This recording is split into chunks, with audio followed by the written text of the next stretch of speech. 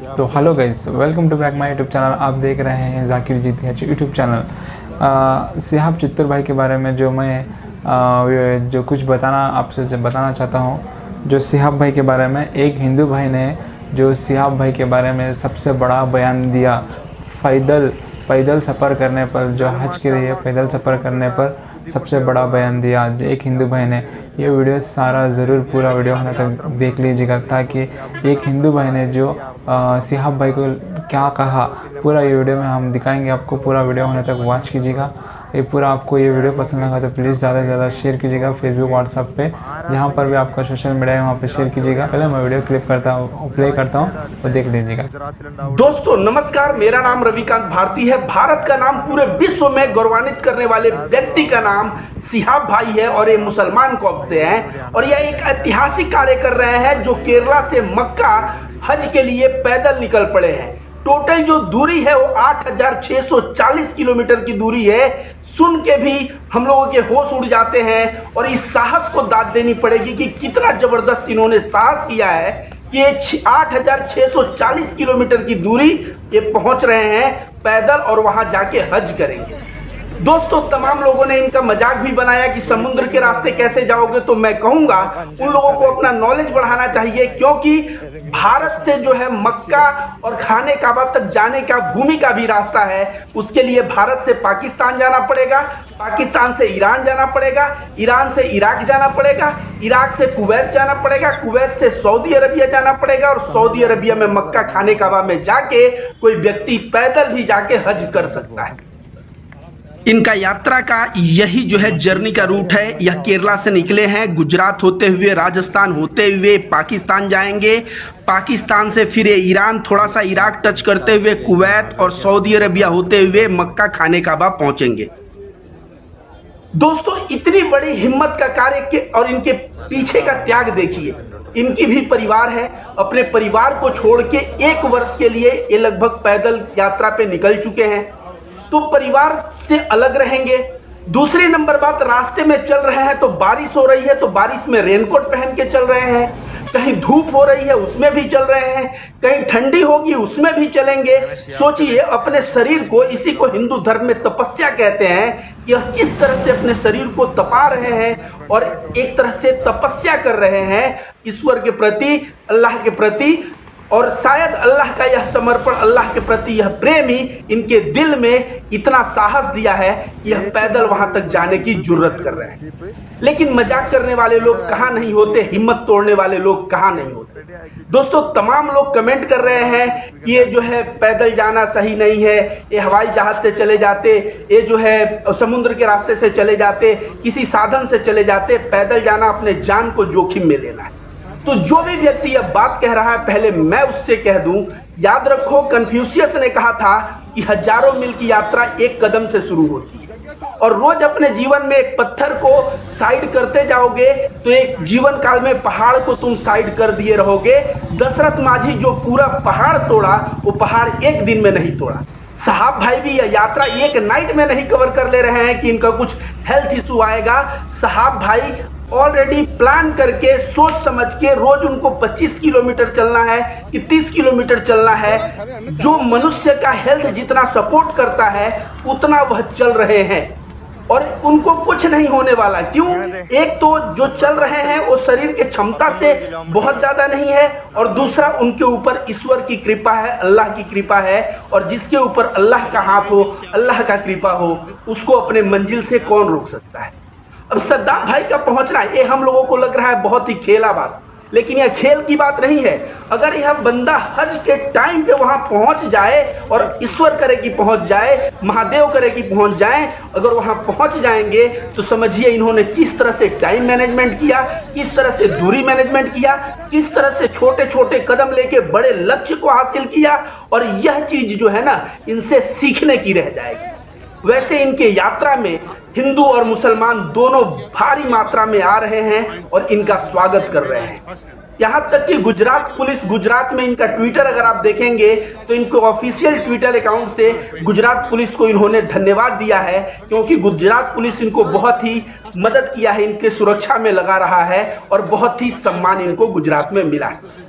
अब यह राजस्थान में पहुंचने वाले हैं और राजस्थान से पाकिस्तान जाने वाले हैं। टोटल इनकी यात्रा जो है 56 दिनों की हो चुकी है और अभी तक इनका स्वास्थ्य बहुत ही अच्छा है और भगवान करे कि इनका स्वास्थ्य ऐसा ही बना रहे और इस मुकाम को यह अगर पार करते हैं तो एक तो इनकी आस्था, इनका समर्पण अल्लाह के प्रति जो है सो है, भारत का भी नाम पूरे विश्व में एक मिसाल बनेगा कि भारत का एक ऐसा बंदा है जो इतने किलोमीटर की हज यात्रा करके और जो है हज करने आया।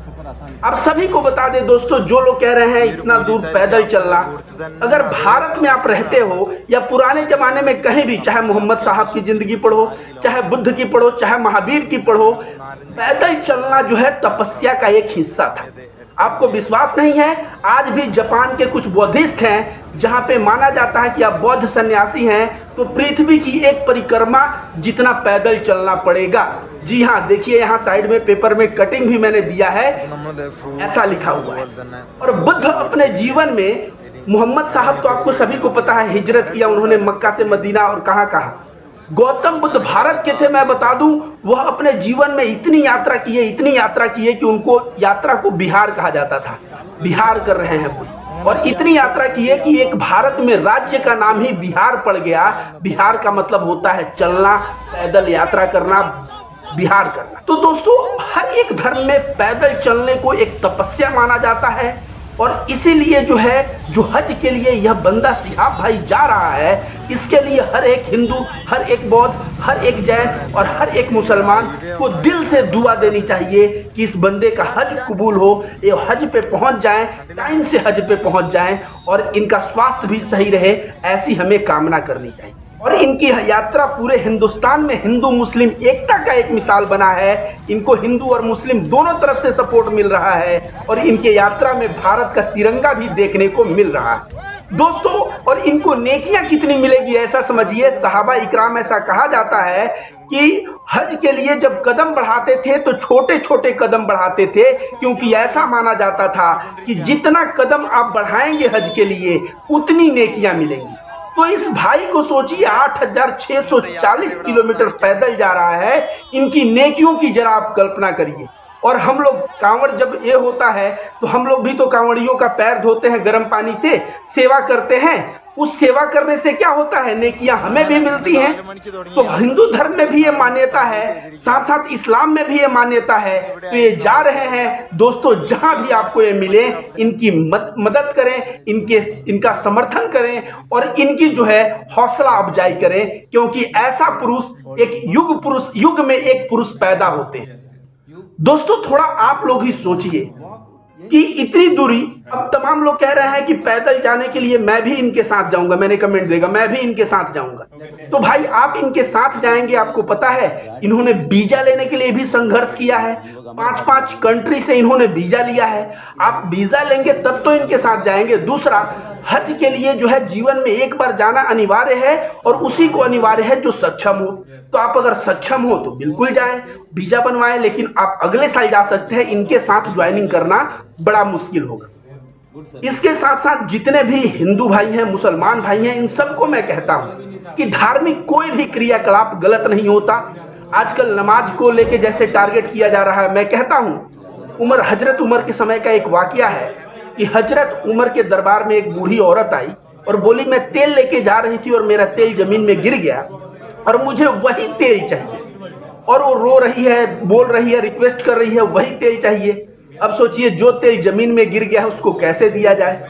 तो हजरत उमर ने एक चिट्ठा लिखा और कहा कि लेके जाओ और उसको वहीं पे रख दो जहां तुम्हारा तेल गिरा है। उसको वहीं पे रख दी वो बूढ़ी औरत जहां पे तेल गिरा हुआ था।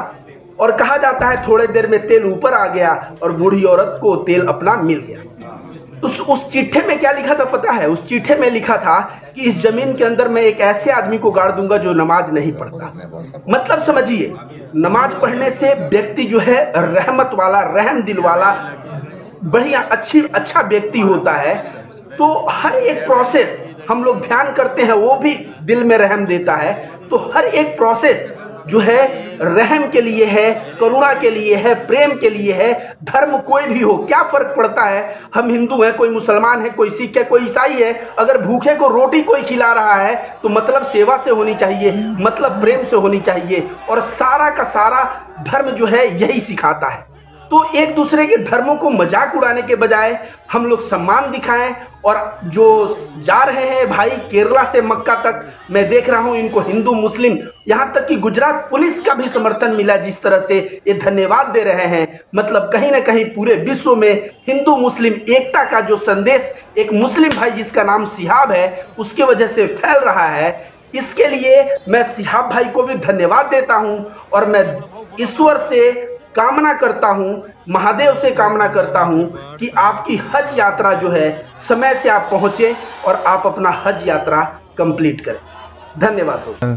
ज़रूर से सब्सक्राइब कर लेना ताकि हमारे आने वाले नोटिफिकेशन सबसे पहले अब तक मिलते रहे, क्योंकि हम इसी तरह लगातार वीडियो अपलोड करते रहते हैं। आप सब्सक्राइब करके बेल आइकन ज़रूर क्लिक करना, क्योंकि हमारी नोटिफिकेशन सबसे पहले आप तक पहुँचेगी। हमारा सारा अपडेट्स जो कुछ भी जो सिहाब भाई के साथ में हो रहा है सबसे पहले आपको हम दिखाते रहेंगे।